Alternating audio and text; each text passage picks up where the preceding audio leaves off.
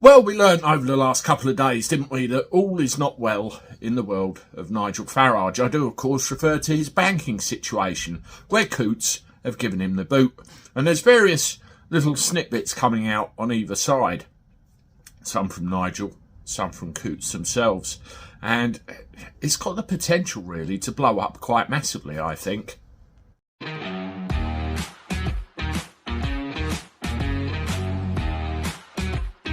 Hello everybody, welcome back to the channel. Hope you're doing alright. I'm not too bad, let me know how you are. Hope you're well, and thank you as always for your support. Please make sure all the right buttons are pushed in the right places and you continue to support Andy the Cabby as you have been. We're growing massively and I hope to hit that 50,000 sometime within the next couple of months or whatever it happens to be. We're really flying and it's great to see. Well, Nigel Farage, what can we say about this? First of all, I'll tell you what I think.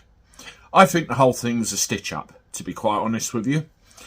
I believe that Nigel had his account closed. Now, the excuse that Coots came out with was that Nigel fell below the wealth limit. He didn't have enough money in his account anymore to qualify for having an account with Coots. Bullshit. I think. If you go and have a look at Coots' website, I mean, Coots are very exclusive for certain people with a certain amount of money, apparently. They actually specify on there, particularly, you can have an account with us. If you've got so many millions, you can invest, save, borrow, whatever. Apparently, Nigel didn't qualify for that, so they booted him off to NatWest. Well, over the course of his time with them, they never once informed him that there was a limit he had to abide by. And I have since overturned and heard of other examples where you have individuals who are banking with Coots. They're not anywhere near that limit either. So I think that's just an excuse just to get rid of the guy and move him on. The other thing you have to look at as well is why has his custom been turned down by, I think it's at least 9 other banks now? Why is that if it's just purely a commercial decision? No, I don't think so. He's been shoved over there somewhere, most definitely. The other thing you have to look at as well is who was the first to break this news. The most lefty type news organisation you could think of. That sets alarm bells ringing in itself. I believe, you know, Nigel has been screwed over. I believe it's a stitch up.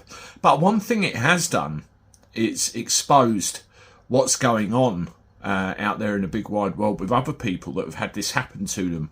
They've come out and it's shone a light on the whole thing and it can be put a stop to. You know, why should people be financially penalised like this for effectively freedom of speech? It's disgusting. Anyway, there was an awful lot of points of view on the video. I just want to read through a little cross section of them so you can have your voices heard as well. So here we go. Right, Fluxington. I love that name. If Coots won't tell Nigel or make a public statement, then how did the BBC get information on this and make it public? Data Protection Act, anybody? You're absolutely right. I mean, the fact that Coots has gone and discussed private banking matters with a news organisation is wrong in itself. Somebody's got to be held accountable for that. Ben 31. Banks unperson regular normal people. You don't have to be a politician or a famous person. Nigel has no reason to lie. When it happens to you, I'll just call you a liar. I'm not quite sure what you're getting at there, to be quite honest with you. I don't believe that Nigel's lying. I never believed that Nigel's lying. If you're inferring that that's what the case was in that video, what I try to do is remain neutral and, you know, give you the opportunity to see it from both sides. I've had a couple of people like you jump down my throat. Not appreciated, really, but you are entitled to your point of view, I guess. Naughty 1970. I don't believe that Nigel is lying, or he'd be so stupid, especially as there's now 9 banks refusing him an account. No, he's not lying. Why are they refusing him? If it was a case that Nigel had insufficient funds to continue banking with Coutts, then why did other banks refuse him? John Walker. Exactly. Rigor mortis, however you pronounce that. If the BBC reported it, I question whether it was true. Yes, exactly. Andy Whitehead.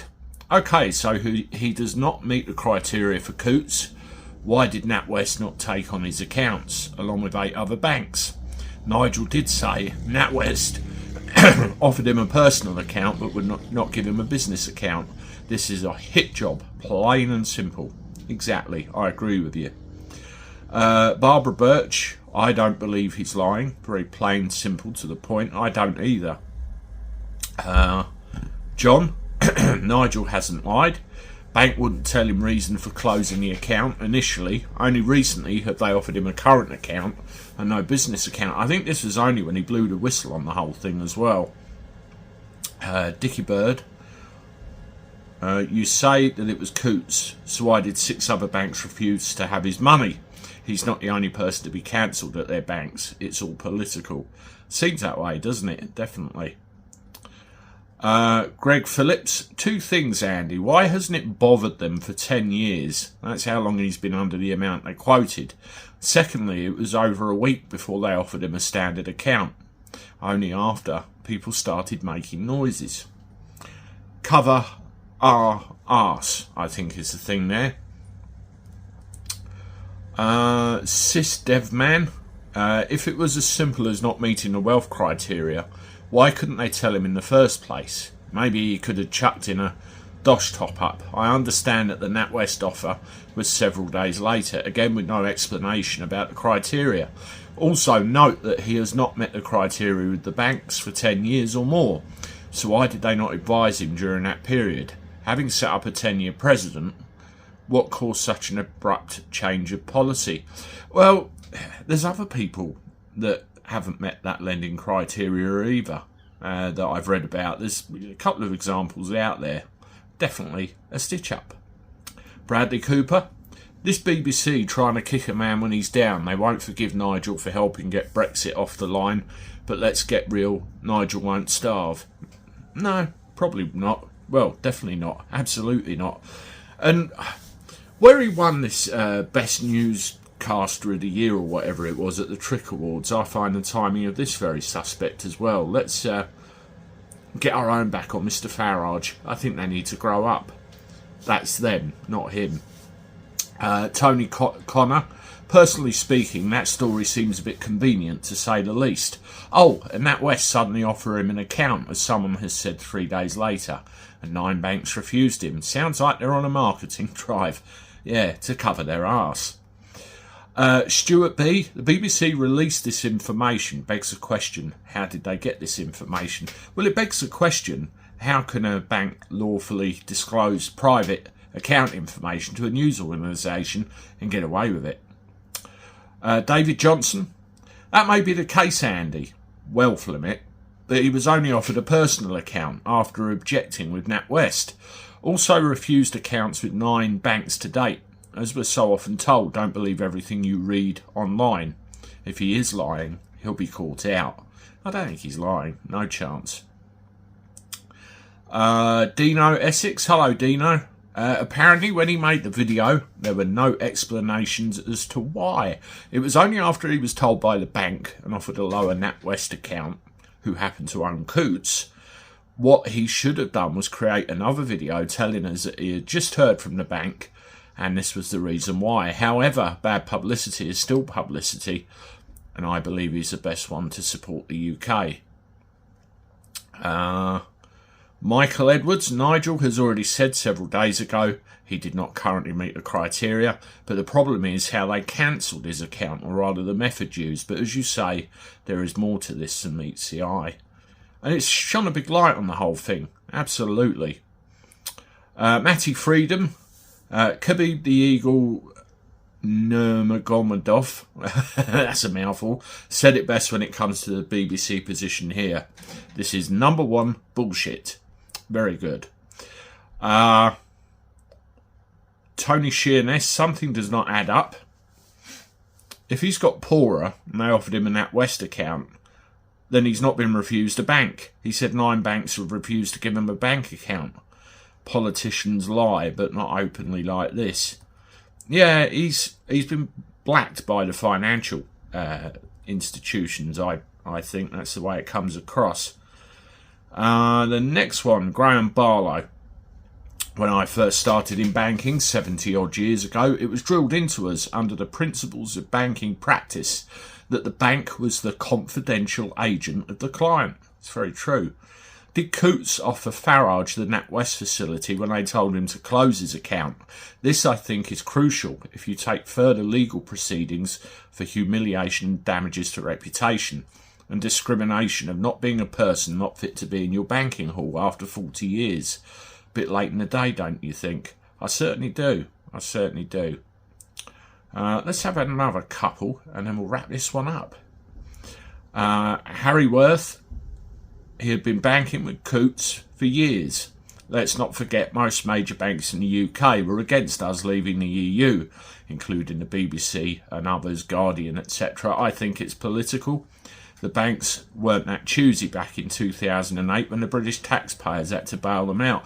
Well, that's a valid point about who's reporting it as well, because when I heard about this, I did an internet search, and the political direction that the main people leaning that were reporting it were very that way.